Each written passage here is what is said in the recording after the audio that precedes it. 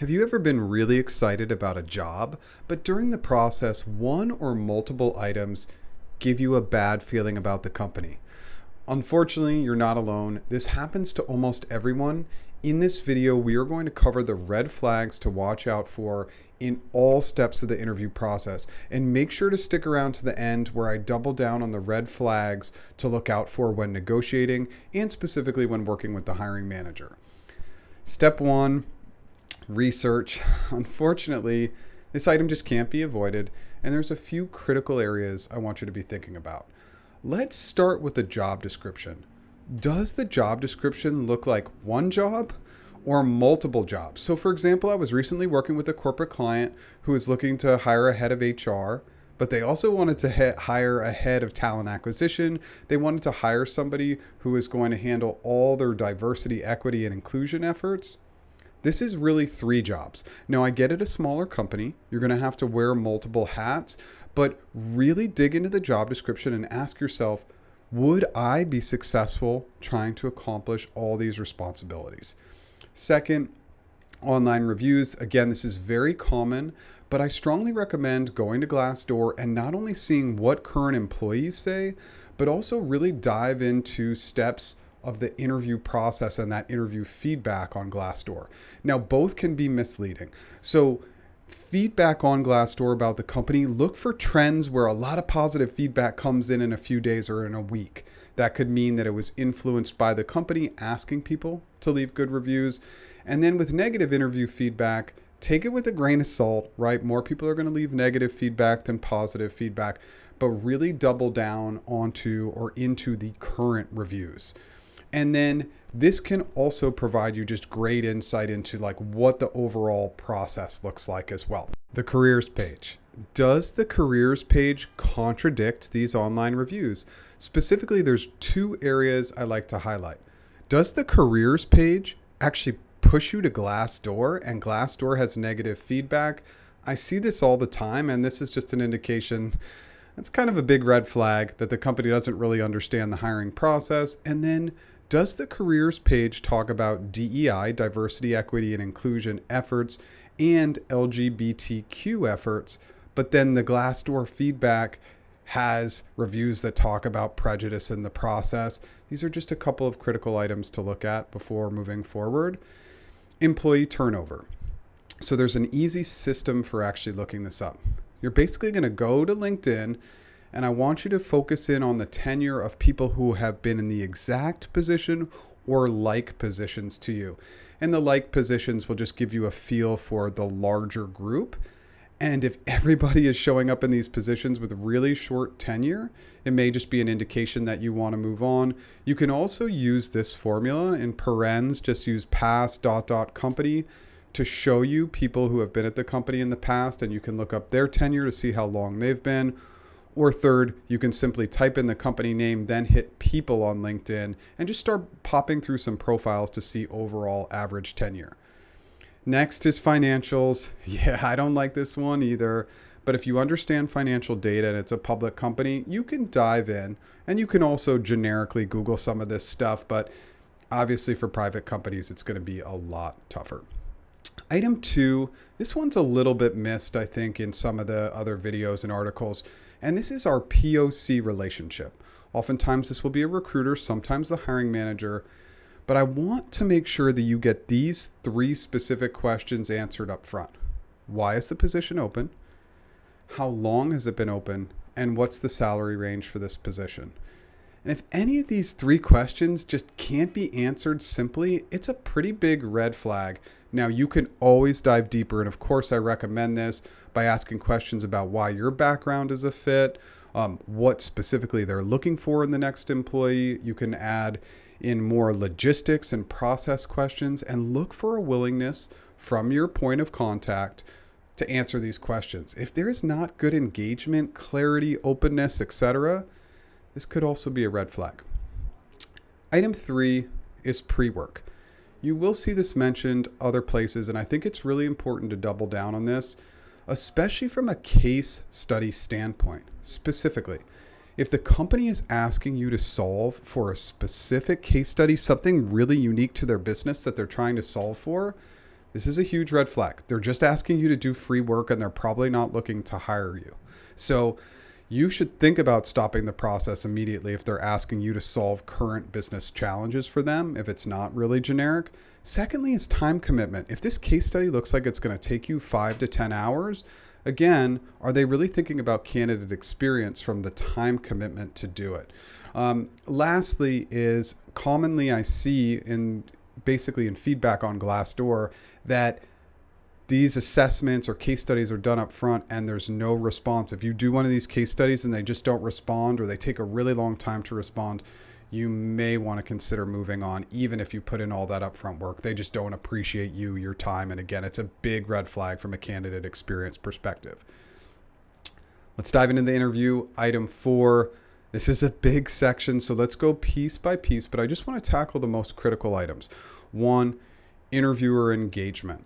Now, this can be a challenge at all organizations, so I don't want to overly think about this, but this will show up in a few different ways. And right away, it's, are they on time? And since so many interviews are now virtual, do they turn their camera on?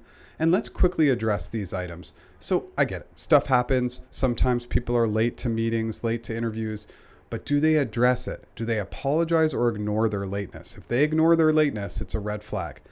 Secondly, video interviews are scheduled with the intent of having a conversation via video like we are now and having both parties have their camera on. If the interviewer doesn't turn their camera on, it's a huge red flag and it instantly showing a little bit of disrespect. But you can take control of this and say, hey, I know you don't have your camera on. Is the expectation that I keep mine on? And if they say absolutely yes, another red flag. Because if they want you to have your camera on, but they don't have to have their camera on, it's just a big deal from a candidate experience perspective. Next, level of engagement. Do they appear disinterested, even in a bad mood? An interviewer who's really allowing their current state to influence and determine whether you're hired for the job is a red flag. And you just want to be looking out for it. And of course, their overall attentiveness is going to be really important too. Do they come in and are they paying attention to you, or are they clearly checking emails? They're clearly distracted. Let's also flip the coin. Are they overly enthusiastic? Are they too excited? Now, this is always a good sign, but if everybody's too overly enthusiastic, maybe they're just really looking for a warm body as opposed to getting the right person hired. Another item to think about is structure.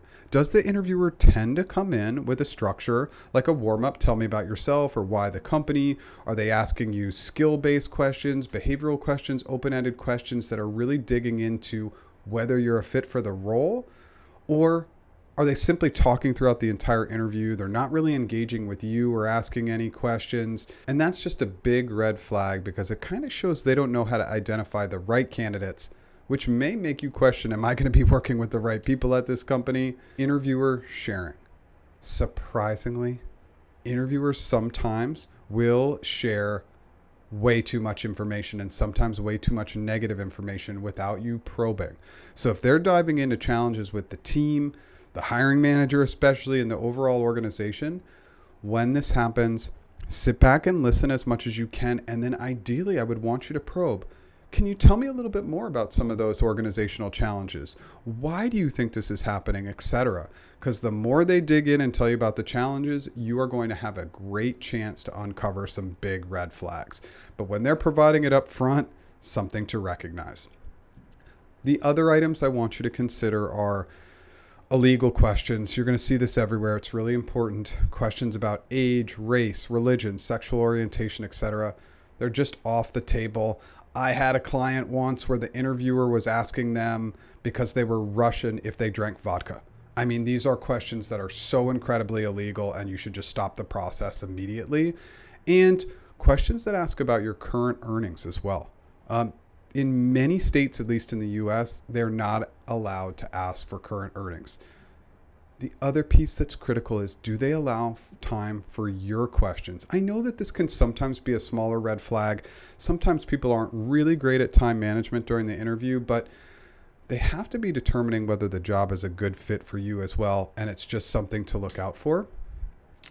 Item 5, process items. This is pretty brief, but it's going to show up in a few different ways. So long process. Red flags could be just way too many interviews. That's usually when we get to the 7, 8, 10 plus interviews, it's too many. Constant delays in decision making, long times and delays in getting feedback. So really long process can be a red flag. Short process. They come in, they get you in a panel interview for an hour or two. They decide to hire you the same day. This could be an indication that their hiring process isn't thorough enough and the company is desperate again for warm bodies, and maybe some of the people in the organization haven't been identified correctly because of the quick process. Also, overall disorganization. This just shows up in a lack of clear communication from the recruiter to any of the interviewers. This could be constant rescheduling, interviewer no-shows, again, going back to long delays and hearing back, etc. Item 6. So now let's dive into the negotiation piece.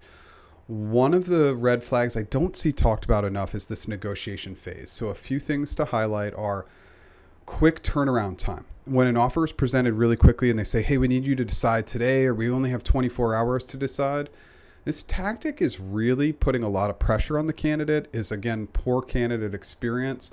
And I think it's something just to be noted. Why do they need you to make a decision so quickly? Why are they not willing to give you the time to make such an important life decision?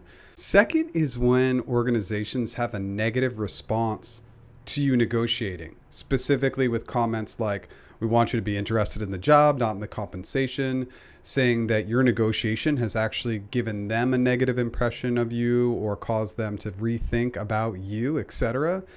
This is a really bad practice unless in the first conversation they were very upfront about all aspects of the comp, gave you a really good idea of the total comp and said, hey, our philosophy is we don't negotiate, just want to let you know this up front. This basically never happens. Now, third is rescinding the job offer because you negotiated. Congrats, you dodged a bullet. This does happen. Any company that rescinds an offer because you try to negotiate is not a company that you want to work for. And this is a huge red flag because they haven't shown any indication that this was going to happen in the process, because if they had, you probably wouldn't have taken this move. And the last item to focus in on is just a lack of specificity on something critical, like a bonus, for example. They might say, hey, our annual bonus, we offer an annual bonus and it's 0 to 20%. If they can't back that with data, specifically, they can't tell you what the typical payout is, or if you ask a question like, hey, can you let me know the average payout for this type of role over the last 3 years? If they can't give you that information, that is a 0% bonus. Nothing is guaranteed. Now, if you're okay with moving forward with that, that's okay. But if you are expecting a bonus, it's a red flag. Item 7, the hiring manager. I want to take a moment to double down on the most critical item. Your hiring manager relationship will make or break your experience at the company. So there are some critical red flags that we want to look at. Now, I want you to think about everything we've mentioned and attribute that to the hiring manager. But let's talk about a few other specific items. Definitely when you get into the interview with the hiring manager, are they looking for you to do one job or multiple jobs? So I mentioned that earlier, but in the interview, are they highlighting a number of items that are not included in the job description? And even if they're saying, hey, these are nice to haves, we'd really like you to do these items as well, maybe it's just an indication that they want you to do too much work and that you're not being set up for success. Doubling down on, do they overshare?